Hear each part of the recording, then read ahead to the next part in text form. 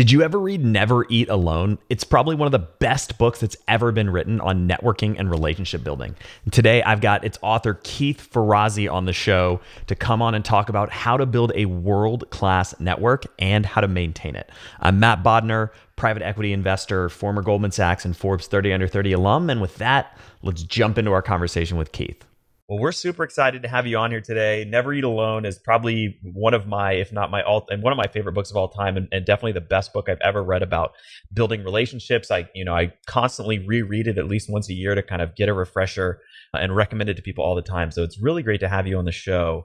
To start out, I'd love to begin with kind of one of the things you talk about in that book specifically, which is this idea that when people sometimes hear the phrase networking, and they think networking is kind of a dirty word and it's got a lot of negative connotations. How do you sort of think about repositioning or viewing sort of networking and what people traditionally think about it in a new and more productive way? I would say that the simplest thing I tried to do from the very beginning of writing the book was to shift the word from networking to relationship building. But that's not even enough. I mean, the idea of building authentic relationships is crucial, but in this very self-serving and narcissistic world where everyone's scared about taking care of themselves, you better lead with generosity to get someone's attention. So the addition to the principle of building real relationships is leading with generosity. But I'll tell you that some of my work in the most recent years in transforming large organizations has awoken me to some problems in business today. One of them is that we still are clinging to that John Wayne rugged individualism mindset of, I'm out to take care of myself. And then based on taking care of myself, I will reach out to critical individuals and enlist them in helping me take care of me. That's the way the world works. And I want to start shifting that to the recognition that greatest things in our lives are only going to be happening through co-creation. Co-creation is an idea that is one step beyond how you think of collaboration today. You think of collaboration as, I got something to do, I need other people, I'm going to go get buy-in. Or I've got something to do, I need other people and they're resistors and I'm pissed off and I'm going to try to figure out how to work around them, etc. But really leaning in and making a contract with critical individuals that are crucial to you achieving the mission you have in this world, and co-creating and what we call going higher together, co-elevating, not just collaborating, co-elevating, committing together to go to a different level while we're both achieving our missions. That's the next generation of real networking. And that to me is such a big shift in mindset. But when you embrace it, the world opens up to you and people open up to you fundamentally differently.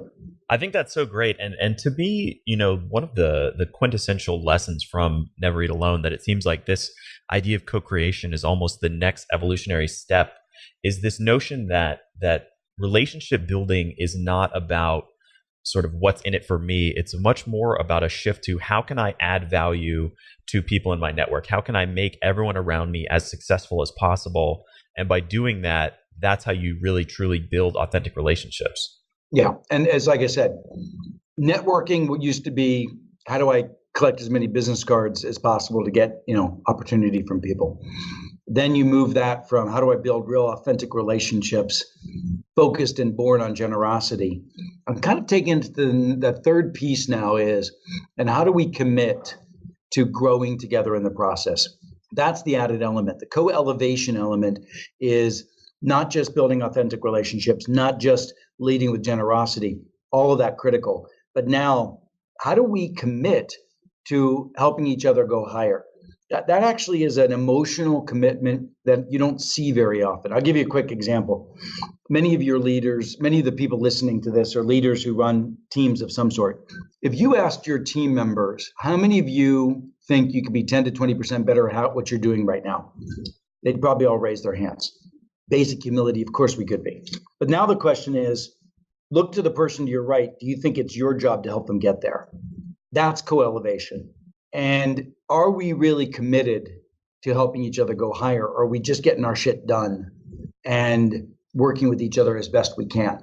That's a different level. And I feel in a world where traditional hierarchies and silos are no longer serving us, we've got to create a new work contract of co-elevation. So how do we do that? Tell me a little bit more about building that emotional commitment to co-creation and co-elevation. As I mentioned, it's going to be the title of my new book, and it's the subject of my new book. The first thing you have to recognize is that you've got to do all the work yourself. Meaning, I have a foster son who's 19 now. When he was 12 and came into our house, he was the biggest, jackass you could possibly imagine. He had been in multiple homes before us, absolutely, concerned about whether he'd be sticking here in this home, and he's screaming at us, "You will never be my father," that sort of thing. So what if I crossed my arms and said, I'm going to wait for him to meet me halfway? You think that would have gotten anywhere? Yet in the work environment, we're constantly doing that. We don't take full responsibility for the elevation of all the relationships that we need to be successful. And that, to me, is the first act of a co-elevation network that you have, which is your recognition that it's on you. It's all on you. Does that make sense to you? That makes total sense. And I love that shift. And to me, it's funny when you look across the lessons of everybody from ancient Stoics to Navy SEALs, it seems like that focus on taking responsibility for things that may seem kind of outside of your sphere of influence is actually really almost the superpower that enables you to achieve incredible things. And the opposite of that is a victim mindset, where you just sit there wringing your hands and saying, the boss won't let me, or I didn't have the resources, or I don't have the time. That's a victim mindset, and you will end up being mediocre or getting fired with that. So the key is to take full responsibility for the relationships. And then the question is, what's the blue flame? Like, if you have an individual, if somebody wanted to co-create a different relationship with me in order for them to be more successful, they would have to understand my blue flame. They would have to understand what really matters to me, what's going to drive success in my eyes, and how will they serve that, right? Just going out and being of service to somebody when you are maybe of service to them in a way that they don't appreciate is useless. But do you have the mindset? I was just working with a head of HR for a big company the other day. I was suggesting to her, do you really know the blue flame of your boss? You keep trying to push on him programs, and what he cares about is making his next quarter's earnings, or he's going to be fired. How are you a conduit to him making his next quarter earnings? Until you show up that way, then you don't have a right to be considered his trusted advisor and his partner. So you've got to come from the perspective of fully understanding what a person needs and wants, and how you can serve them in that direction before you can open up the co-creation. So it's all on you, and you have to position it from the perspective of really it's all about them. Those are two of the first core steps. Now, go ahead. No, keep going. Well, I was going to say the next step, of course, is now put the questions and the dialogue at the table, because if you're going to co-create and co-elevate, then what are the questions we have to chew through? I've been looking recently at how my brand is positioned in the marketplace. I've got this new book coming out a year from now, and I've got to figure out how to build a pre-audience for my book before it comes out, in addition to those who just read Never Eat Alone. And for somebody to have a squarely an understanding of, okay, Ferrazzi's brand has got to build, call it 15, 25,000 pre-sales for this book before, the book comes out. And, what is Ferrazzi's business? It's coaching high impact teams at Fortune 500 executive organizations. Now we take those two things, and somebody says, here are the 5 questions, Ferrazzi, we've got to crack the code of in order to figure out how to get your outcomes. Boy, now I'm interested. Somebody has got my blue flame. They've identified that they want to be of service to achieve it, and they've given me a set of questions that have become imminently obvious for me that have to be cracked in order to get there. and I might tweak that there aren't five, there are, there are six, and here's three additional ones, and we work together. Now all of a sudden you have a business partnership, you have a real partnership, a co-elevation partnership. Now, along the way, I'm going to want to know from that person, how do I make them successful? They've spent enough time really breaking down what success looks like for me. Now I begin to awaken to their success. Does that make sense to you? Yeah, that makes a ton of sense. And I think just the shift of, I think the two things that you pinpointed specifically, kind of the idea of, if you're in a victim mindset today, or you're kind of someone who feels like you don't have a lot of agency, or you're trying to get people on your team and you can't do it, the two shifts of, it's all on you, it's your responsibility to make something happen, and it's all about focusing on the other people and what they want. I think those two shifts are fundamental, and it's so crystal clear. And I mean, you see it across the board from a number of different spheres, but to me, I think both of those are just really, really important. Yeah, and again, I this discussion I'm going to have on Friday with a news outlet, a pretty big news outlet, is going to even talk about, our current president and how a business president is leading the government today. The idea of an individual who got elected by microsegmentation and understanding a very core, distinct, narrow audience and creating a lot of resonance with that core audience is now tasked with leading a collective, but not focusing on leading the collective. My view is you can't bring a country together, you can't bring a company together across silos and divisions. You can't achieve greatness in any mission unless you know how to create us. Creating us becomes a new competency of leadership. And that's what we're talking about here. This co-elevation contract is the contract where an entrepreneur looks at the mission that they have and the ecosystem that they want to impact, and invites that ecosystem in to a journey of co-creating something great together, going higher together. That's what entrepreneurship to me is all about. And that's internal and external to the organization. And that's all on you, and it's all about them. And them, more broadly, you define them, the more successful you'll be. It's not just a narrow audience of your own people. It's not a subsegment of your own people. It's your own people, your vendors, your customers, your prospects. How do you invite this community into a movement, in a sense, a movement? Your product's got to be inviting people into a movement.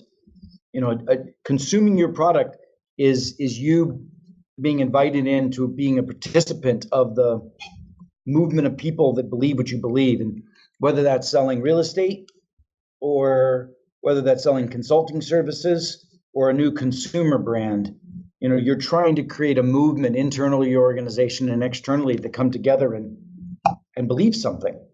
Is that are you following me on this? Yeah, no, I think I think it's a core lesson, and something that, it's funny. I mean, obviously you're a master of relationship building and how to get people on your team, but you see these lessons echoed from everybody from spy recruiters to hostage negotiators, very similar kind of core thesis and lessons. I hope you're enjoying this interview. If you are, you might enjoy my free newsletter, The Deal Mastery Insider, where we talk about buying businesses, scaling companies, and doing deals. The link to join is in my bio or at mattbodnar.com/newsletter. And when you sign up, you also get my free email course on how to buy a business. I hope you check it out. And with that, let's get back to the show. We talk all the time on this show about the importance of mastering new skills and abilities.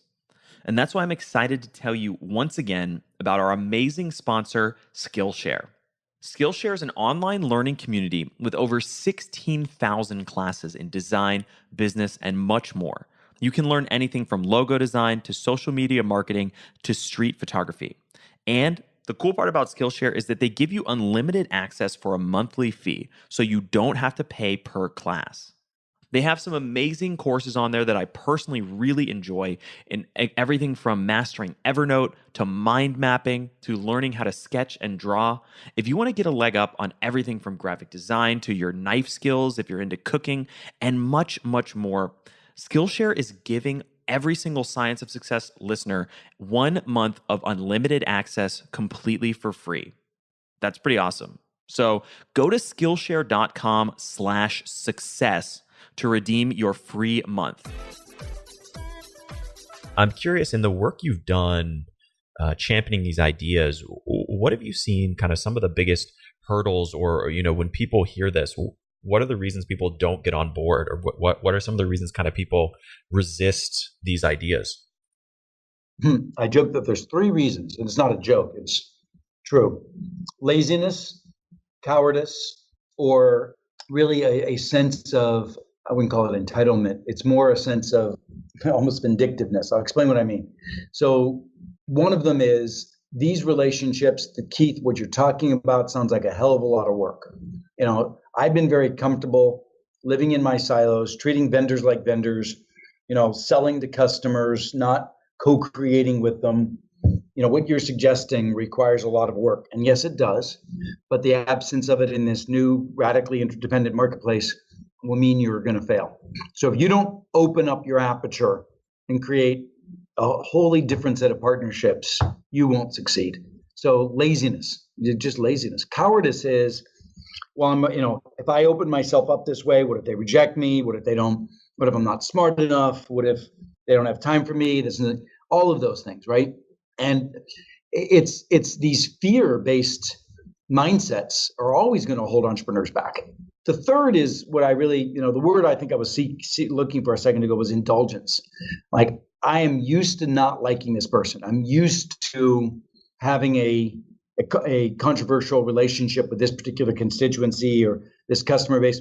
Large automotive companies had an entire damaged set of relationships with dealerships for decades that was just accepted. It's just accepted. And frankly, I considered it an indulgent to continue to think about one of your major channels as an adversary. That's like a teenager, just getting comfortable with the cliques and the people that that don't get along inside of the high school. You see that operating in organizations all the time and people all the time. So whether it's your laziness or your cowardice or your indulgence, the answer is you have no choice if you want to be truly great in this world to find ways to co-create. And what have you found has kind of worked for you in terms of getting people over those hurdles? Practice. What we do is we don't teach this stuff, we coach it. So showing up over 6 months with an executive team, opening up different ways to behave with each other is crucial. So that's the key.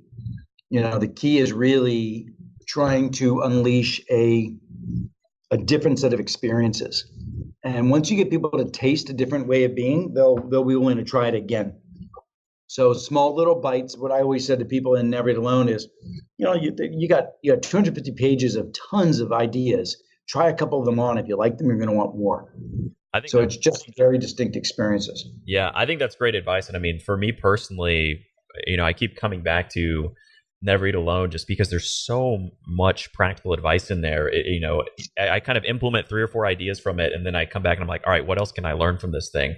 And the book's probably been out 10 years, and I'm still, I've read a lot of other books about relationship building, and I keep coming back, and I'm just like, if I just execute what's in this book, I'm going to 10x the effectiveness of my relationship building strategies. Yeah. I'm curious for someone like you who's obviously become incredibly successful. How has that impacted either sort of positively or negatively or changed the way that you pursue kind of relationship building broadly, but in specifically, a lot of the tactics and strategies you talk about within Never Eat Alone? Frame the question again a little differently. You're saying, how does this change? How did these mindsets change the way I've evolved and treated relationships? Yeah. So since you've become more successful and grown so much with the launch of the book, how has that impacted either in a positive or negative way the way that you think about relationship building and the strategies you use? Yeah. Well, it's interesting. In the old days, I had no currency. Nobody knew who I was. I was a poor kid from Pittsburgh. And I had to, of course, assume it's all on me. There was no assumption that anybody wanted to spend time with me. So I had to bust my ass to bring all the currency to the table. But the question is, once I've had more success and there are a more abundant set of individuals who'd like to co-create with me, now the question is filtering and getting a better sense for where to put time and energy. And I have to say that as long as I keep grounded to what the core mission is and consistently put that out there to people and ask, is this something you share with me? Is this mission to change the way, my view is I want to change the way the world relates through the workplace. And I have found that by changing the way a leader shows up as an executive in the workplace and makes that leader a better spouse and a better parent, that's where my livelihood is. And if other people share that with me, then I'll find time for the co-creation. Knowing your audience better than I do, help me understand a few parting words that you think, like what do you think's on their mind having heard all of this? I mean, I think the two lessons you shared specifically regarding kind of co-creation make a ton of sense. And I think we've talked about a little bit some of the hurdles that involve that. One of the questions we submit to our audience when we have guests coming on board and we ask them to ask some questions. So one of the questions that a listener had, which may tie into this, is this from Maddie in Chicago, Illinois. She wanted to know, for young professionals, when's kind of the right time to start thinking about implementing a lot of these ideas? Well, I started when I was in 5th grade. Does that count? The bottom line is this has to be a new set of behaviors that you try on and wear. And the earlier, we talked about earlier, how do you get this mindset to shift? Practice.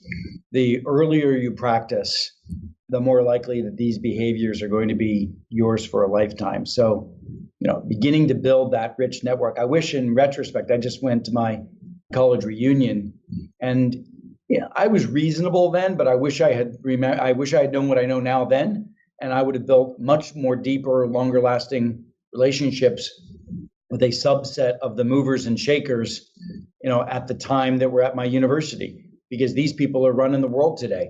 And some of whom I know loosely and can certainly reach out to as a fellow classmate, but I didn't sustain those relationships.